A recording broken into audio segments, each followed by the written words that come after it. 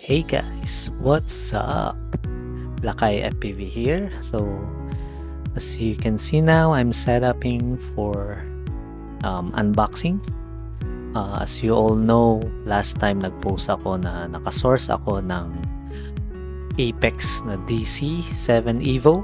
So, now natanggap ko na. So, this is a copy of the Apex Evo DC7 or Deadcat 7.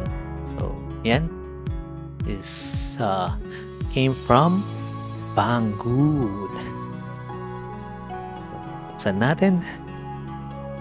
Package, malit lang talaga yung package, guys. Kala ko nga naka-box eh. Pero yun, naka-plastic wrap lang or pack.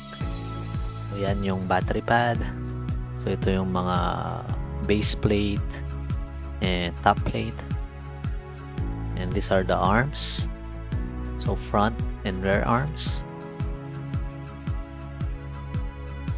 and ito mga 3D prints. Then yung sa battery cage 3D print or camera holder, then file para gasgasin mo yung edge ng carbon fiber. Oh, yun yung another aluminum case of the camera.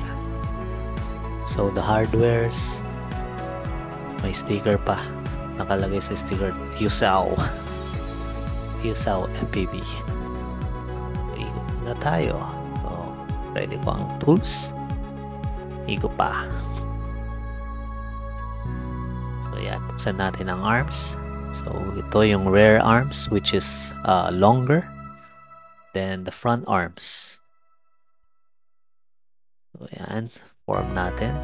Gawa tayong mock-up. So, the plates, that's arm braces and the plates. Base plate and top plate. I'm still figuring out paano to. So, yan. Mock-up lang. Hardware na. Okay. Dami na yung hardware na kasama. So, unahin natin yung base. So, ilagay muna natin yung screws and nuts for the stack. Gamit muna tayo ng special tools. So, yung tools ko na yan, galing din sa Banggood, by the way. And may power tool, portable power tool yan. Mas mabilis tayo pag may portable power tool. So, yan, nalagay na natin. So, let's figure it out. By the way, if you have experience building Apex frames, madali na lang to para sa iyo. So yan, gumagamit ako ng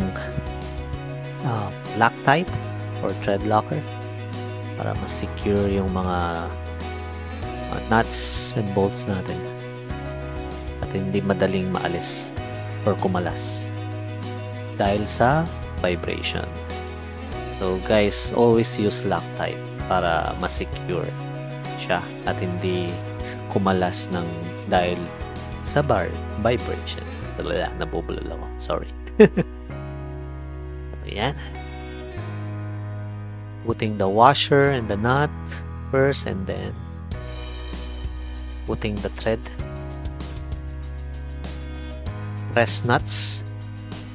Nakalagay, as you all know, sa mga FPV frames.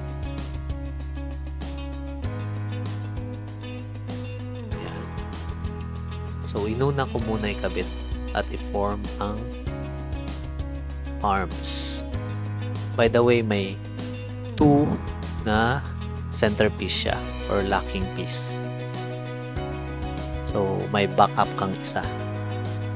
So, right now, isa lang yung na-use ko. Noong una na-confuse ako, kala ko dalawa na gagamitin na pagdikitin. Yun pala, isa lang. Yan. So, nalagay natin. Other yung base plate, second piece,